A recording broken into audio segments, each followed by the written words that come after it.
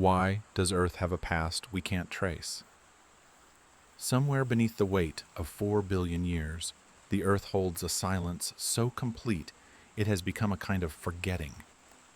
Not the forgetting of small things, not the misplacing of keys or the fading of faces, but a forgetting so vast it swallows continents whole, erases mountain ranges, dissolves entire oceans back into the stone from which they came.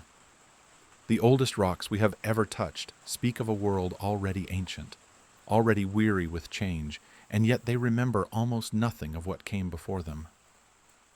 Dawn settles over this mystery, like mist over still water.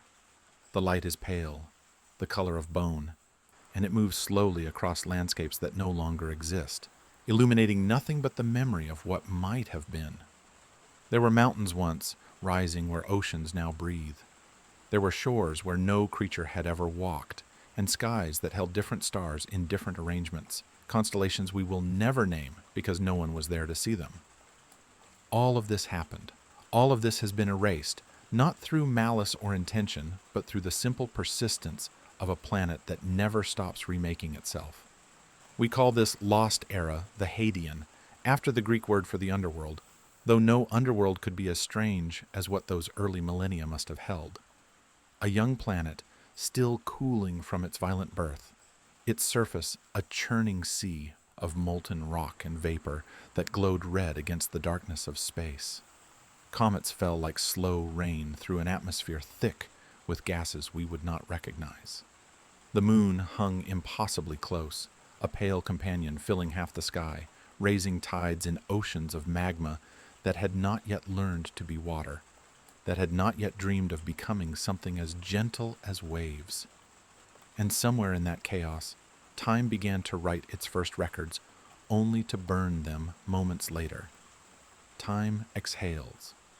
The Earth, it seems, was not always interested in being remembered. Or perhaps memory itself had not yet learned how to stay, had not yet found a material stable enough to hold it. The crust that formed and reformed, the minerals that crystallized and dissolved, the heat that rose from depths we cannot fathom, all of it conspired to erase the very beginning. What remains are echoes, faint signatures in crystals no larger than grains of sand, whispers of a world that existed before. Stone learned to hold its shape before the planet settled into the rhythm we know today. These whispers are all we have, and they are almost silent. If the planet remembers, what does it dream about? Perhaps it dreams of those first moments when everything was possible and nothing was permanent, when each hour brought changes that would take millennia in the calmer ages to come. Perhaps it dreams of rain falling for the first time, not water, but something stranger, something we have no name for, condensing from clouds of vaporized rock. Perhaps it dreams of becoming, over and over, the same world made new with each revolution around a younger, fiercer sun that blazed with light we would find almost too bright to bear. We stand now at the edge of that dreaming, looking backward into a darkness that is not empty, but simply unknown. The evidence we seek has not been hidden from us. It has been transformed, recycled, returned to the depths from which all things eventually emerge again. The Earth's past is not lost so much as it has been folded back into the Earth itself, pressed into the mantle like a letter sealed in stone, written in a language that has since forgotten how to be read. And so we begin here, in the soft light of questions without answers, wondering what it means for a planet to have a history it cannot tell. The Earth formed roughly 4.5 billion years ago, give or take a few tens of millions of years, from the same disk of gas and dust that gave birth to our sun. In those earliest days, the solar system was a crowded and violent place filled with debris that had not yet settled into the orderly arrangement we know today. Planetesimals, bodies ranging from pebbles to small moons, collided and merged, building worlds piece by piece through a process scientists call accretion. Heat accumulated with each impact, keeping the young Earth in a state of perpetual moltenness, a world without solid ground. Most researchers believe that during this period, a Mars-sized body struck the young Earth with enough force to vaporize both objects partially, flinging material into orbit that would eventually coalesce into the Moon. This collision, sometimes called the giant impact, would have reset the geological clock entirely, melting the planet's surface into a magma ocean hundreds of kilometers deep. The energy released was almost beyond comprehension, enough to turn rock into vapor and vapor into something even less substantial, a cloud of incandescent debris that slowly settled into the shapes we recognize today. The light pauses. Evidence suggests that for the first several 100 million years, conditions remained extraordinarily hostile to the preservation of any solid record. The heat from ongoing impacts, combined with the slow release of energy from the planet's interior, kept the surface in a state of constant transformation. Any crust that managed to solidify would have been remelted, subducted, or simply destroyed by the next incoming collision. The Hadean was not a time of building, but of unbuilding, of beginning again before any beginning could take hold. Each formation was temporary, each surface provisional. Geologists place the Hadean eon between approximately 4.5 and 4 billion years ago, though these boundaries remain somewhat fluid, subject to revision as new evidence emerges from the patient work of laboratories and field expeditions. What makes this period so mysterious is not simply its age, but the near total absence of rock from that time. The oldest known intact rocks on Earth, found in places like the Acasta Gneiss Complex in northwestern Canada and the Nouveau-Getuk Greenstone Belt in Quebec, date to roughly 4 billion years ago at most. Before that threshold, the geological record falls silent, as if the first 500 million years of Earth's history had been carefully erased. Some researchers propose that plate tectonics, the slow churning motion of Earth's outer shell, bears primary responsibility for this erasure. Unlike the Moon or Mars, which preserve ancient surfaces scarred by impacts billions of years old, Earth constantly recycles its crust. Oceanic plates slide beneath continental margins in a process called subduction, carrying their cargo of rock and sediment down into the mantle, where heat and pressure transform everything beyond recognition. The planet digests its own history, converting the past into raw material for the future. Everything waits. The process is remarkably thorough. Most geologists estimate that no oceanic crust older than about 200 million years survives anywhere on Earth, meaning that the vast majority of the planet's surface has been renewed many times over since the Hadean ended. Imagine a document rewritten so many times that not a single letter of the original remains, and you begin to understand the scale of transformation. Continental crust persists longer, but even it succumbs eventually to erosion, metamorphism, and the slow grinding of tectonic forces that reshape everything they touch, grain by grain, eon by eon. Yet fragments do remain, tiny time capsules that have somehow escaped destruction. The most valuable of these are zircon crystals, minerals so durable that some have survived from the Hadean itself. Found in younger sedimentary rocks in Western Australia's Jack Hills, these microscopic grains have been dated to roughly 4.25 billion years old, making them the oldest known materials on Earth. They are smaller than grains of sand, yet they carry within them information about a world that no longer exists anywhere else, a world we can visit only through their silent testimony. Analysis of these ancient zircons has revealed surprising details about the early Earth. Their chemical signatures suggest they crystallized in the presence of liquid water, implying that oceans may have existed far earlier than once thought. Some studies propose that by 4 billion years ago, the surface had cooled enough for water to condense, for continents to begin forming, for something resembling the world we know to start taking shape beneath skies that were slowly clearing of their primordial haze. But these findings come with significant uncertainty. The zircons are survivors precisely because they are exceptional, and what they reveal may not be representative of the broader picture. Other researchers caution that the early Earth likely experienced periods of relative calm interspersed with catastrophic bombardment making any simple narrative difficult to construct. The late heavy bombardment, a proposed period of intense asteroid impacts around 4 billion years ago, may have sterilized the surface multiple times, erasing whatever had managed to form, resetting the clock again and again. What the data cannot tell us is how the world felt during those lost eons, what colors the skies held at sunrise, what sounds the cooling rock made as it settled into stillness for the first time. The numbers give us scaffolding, but the architecture remains invisible. A cathedral whose walls have crumbled into sand that has itself crumbled into memory. Most geologists agree that the processes erasing Earth's early history continue today, though at a pace too slow for human senses to detect. The same convection currents that drove plate tectonics 4 billion years ago still circulate through the mantle, carrying heat from the core toward the surface, pulling old crust down and pushing new crust up.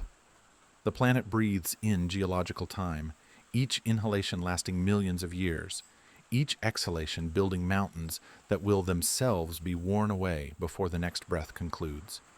Some studies propose that early plate tectonics may have operated differently than it does now. The mantle was hotter in the Hadean, perhaps by several hundred degrees, and the crust was thinner and more easily broken.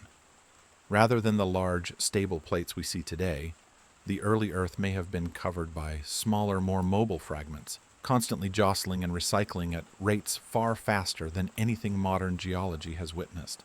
If true, this would help explain why so little survives from that time, why the erasure was so complete. The stone keeps listening. Beyond the record's edge, it may be more honest to imagine than to calculate. Perhaps the Earth in those first centuries was less a planet and more a process, a becoming that had not yet decided what it wanted to be.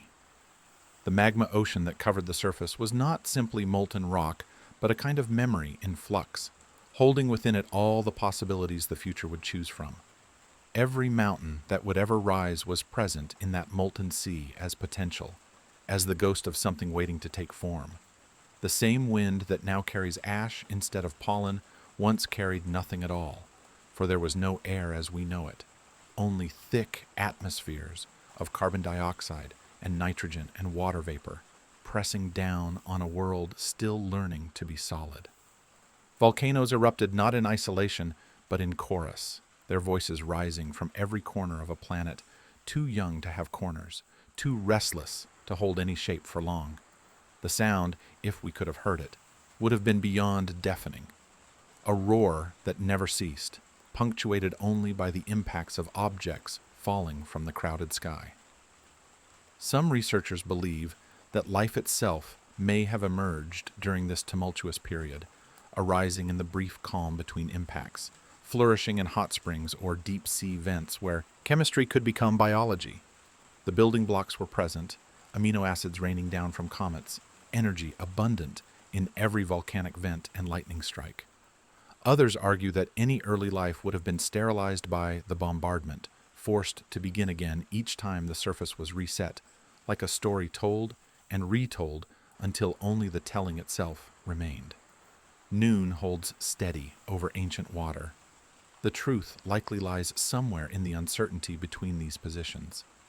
Life is persistent, finding ways to survive in environments that seem impossible, in the scalding darkness of deep vents, in the frozen wastes of polar ice. And the Earth was patient, offering time enough for countless experiments, countless beginnings. Somewhere in the dialogue between persistence and patience, something began that has not yet ended. That first spark, whatever it was, may have flickered and died 1,000 times before it finally caught and held. It may be that the Earth was always meant to forget its beginning, the way we forget our own births, the way rivers forget their sources while still flowing from them. The forgetting is not a failure, but a feature, a way of making room for what comes next. Every mountain that rises does so on the grave of another mountain. Every ocean that fills does so where another ocean once drained away. The planet is always beginning, which means it is always ending, which means it is always somewhere in between, suspended in the eternal present of geological time. Scientific evidence supports the idea that the crust we walk on is built from the recycled remains of crusts that came before. The atoms in the rock beneath our feet have been part of countless formations, rising and falling through cycles too numerous to count, transformed from one mineral to another, from solid to liquid to gas and back again. In a sense, the early Earth is not gone at all, but distributed throughout the present, transformed beyond recognition, but still present in every stone, every grain of sand, every molecule of water that reflects the sky. Somewhere, rain begins to fall. Perhaps the planet was remembering itself even as it seemed to forget, encoding its history not in the shapes of things, but in their substance. The iron in our blood was forged in stars that died before the sun was born. The water in the oceans fell from comets that wandered the outer darkness for billions of years before finding their way here. Nothing is truly lost, only changed, and change is the one constant the earth has always kept, the one truth it has never forgotten. Meanwhile, in the stone, the record continues to accumulate, one layer at a time, one crystal at a time, one patient moment after another. The zircons that survived the Hadean are still being studied, still yielding secrets to those who know how to listen. Each analysis reveals new details, new questions, new doorways into a past that remains both present and absent, both here and impossibly far away. And somewhere within the silence, the earth continues its ancient work, building and unbuilding, creating and erasing, holding in its depths all the stories it has ever told and all the stories it has yet to tell. The past we cannot trace is not a void but a fullness, a richness too complete for any single record to contain, too vast for any single memory to hold. We are left, then, not with answers but with wonder, not with certainty but with the kind of uncertainty that opens rather than closes, that invites rather than excludes. The Hadean remains hidden not because it failed to exist, but because it existed so completely that nothing remained outside it to preserve its memory. It was everything, and everything cannot be captured in stone. When stone forgets its shape, does it still remember heat? The question seems absurd, and yet it touches something true about the nature of memory and matter, about the way the past persists even when we cannot see it. The rocks we find on Earth's surface are not the same rocks that formed billions of years ago, and yet they carry within them the echo of those formations, the signature of temperatures and pressures that no longer exist, the ghost of a world that has moved on to become something new. Dusk settles over the ledger of stone.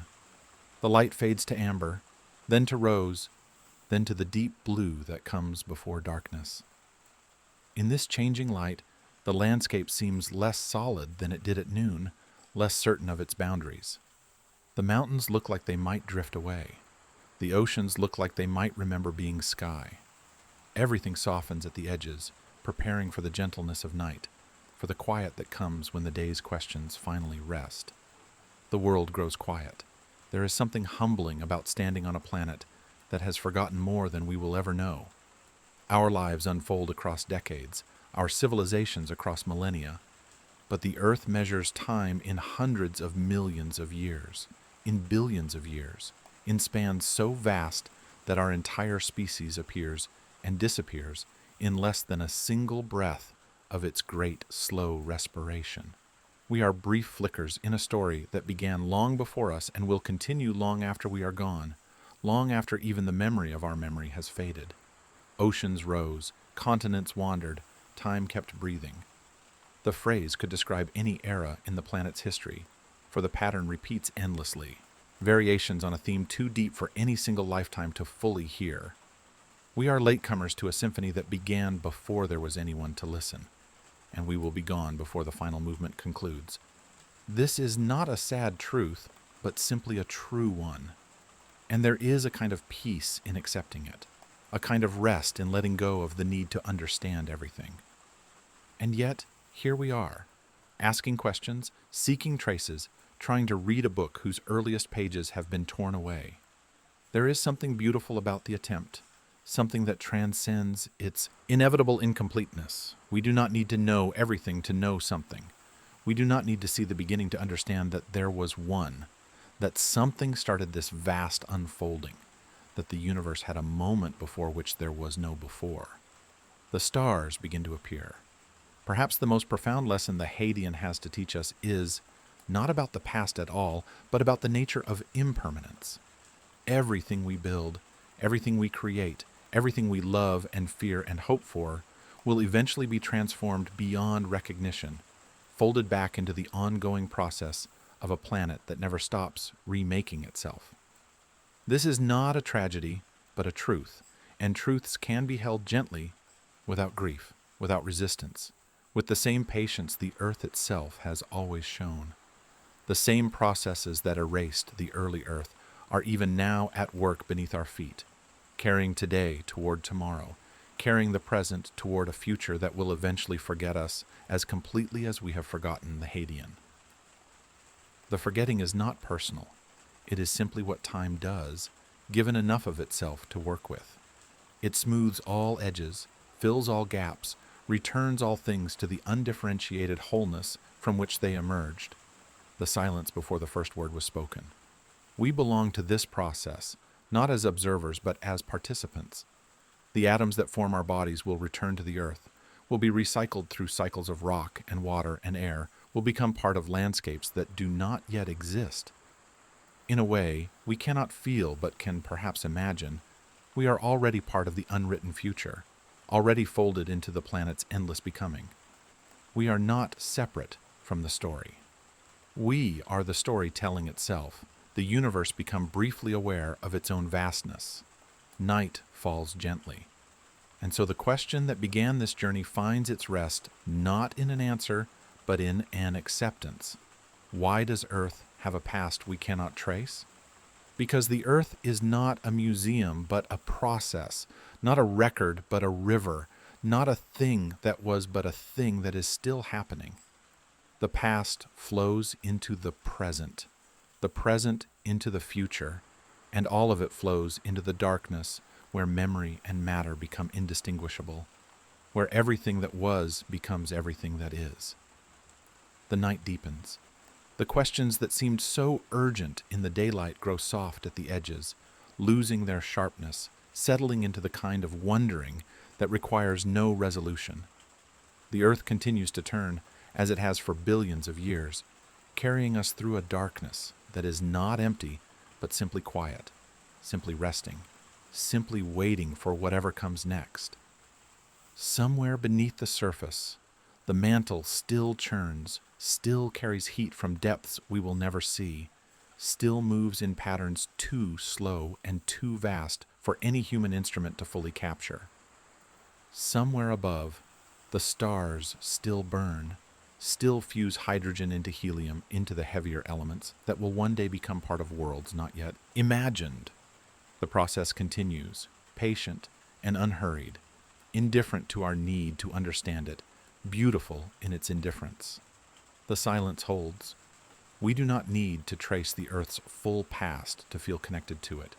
We do not need to know what happened 4 billion years ago to know that we are here now, breathing the same air, warmed by the same sun, held by the same gravity that has held everything that ever lived on this small blue world. The connection does not require understanding.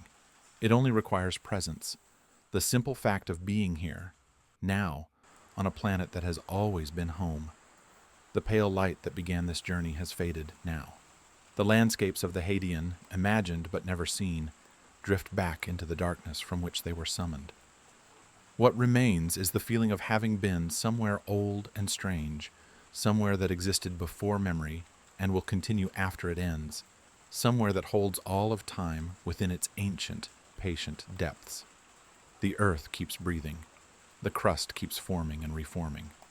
The cycles continue, layer upon layer, age upon age, in a rhythm too slow for any single lifetime to hear, but somehow felt nonetheless, like a heartbeat in the darkness, like a pulse beneath the stone, like the memory of warmth in rock that has long since cooled. We are part of this rhythm. We always have been. We always will be, in one form or another, for as long as the earth continues its endless turning, its patient work of building and unbuilding, of remembering and forgetting. And now, rest. The earth holds its silence. So do we.